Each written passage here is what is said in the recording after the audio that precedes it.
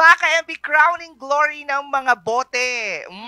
Alam nilang kwento sa likod ng salitang tansan dito sa Share Mo To.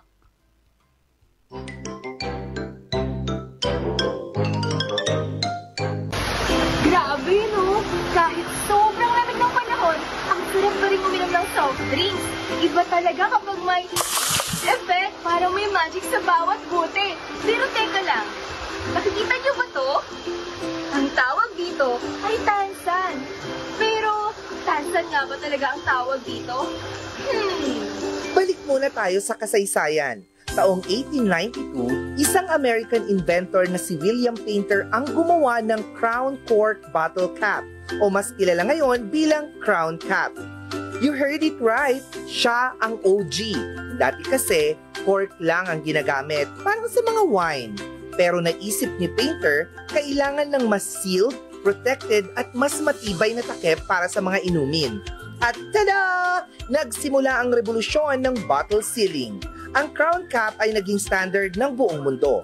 Marami na ang nag-adapt dito. Ang galing, di ba? Fast forward tayo sa Japan.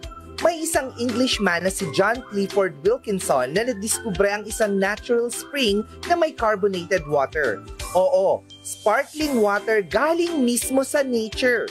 Dahil dito, itinayo niya ang Tansan Mineral Water Company sa Japan at doon na nagsimula ang iconic brand na Tansan. Ang salitang Tansan sa Japanese ay carbonated water o sparkling water sa English. Kaya noong sinabi nilang Tansan, ang tinutukoy nila ay ang mismong inumin, hindi yung takip. Pero eto pa ang twist. Nakilala ang Tansan Mineral Water Bottle sa Pilipinas noong taong 1902. Siyempre, ang gamit nilang takip ay ang imbensyon ni William Painter, ang Crown Cap. Ngunit dahil paulit-ulit naririnig ng mga Pilipino ang salitang tansan sa mga bote at medyo mahirap sabihin ng Crown Cap, ayun na nga, tinawag na rin nilang tansan ang takip. At mula noon, kahit anong brand pa yan basta soft drinks na may takip, ang tawag na sa kanya ay tansan. Baliwala sa mga Pinoy kung anong brand yan dati, basta narinig natin, yun na yun.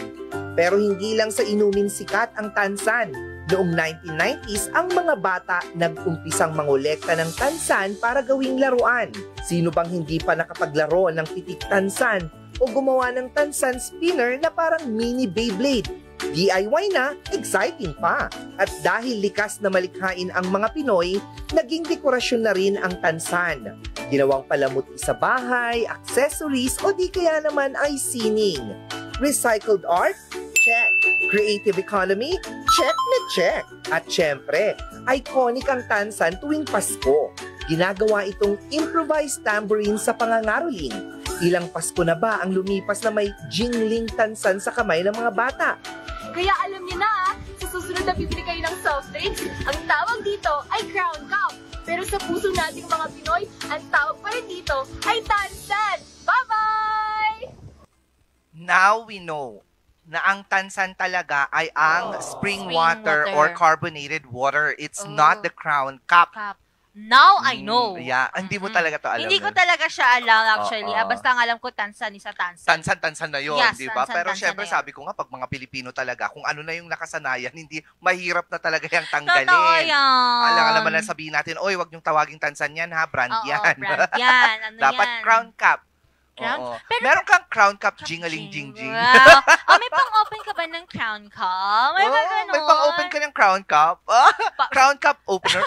Feeling ko, pag nanghiram ako ng ganun sa kapitbahay, sasapakin muna ako bago ipapahiram kasi hindi nila alam talaga yung Crown Cup. Pero na yan. napakasaya ng mga maliliit na bagay ng ganito ay natututunan natin. Exactly. Para kahit nang sa gayon ay para sa mga kabataan na rin, alam na nila yung history. Because, you know, everything na nasasabi, nababanggit, or mga natutunan ng, yung mga nakasanayan, alam yung nakaraan. Totoo po yan. It's part of history of the Philippines na rin kung tutuusin. Naging tradisyon na siya, naging pagkakakilanlan na ng isang buong bansa. Totoo yan. And ang tansan, hindi lang siya basta tinatapon kasi ginagawa nating mga Filipino na arts. Yun nga, Ginagawa oo. nilang, Chingaling-jing-jing. Oo. Yun yung maganda dati. Oo. Pag tawag ito, nagkakaroling kami. Ay. Yun yung isa kasi mahal yung ano talaga. Yung totoo, yung tambourine. Tambourine. Oo. Ito yung mas mura. Kasta-kastam lang, pitpitom lang bato. I-plat mo lang, tudukom lang, tiwar. Kaisuata-atan. Real. Oh,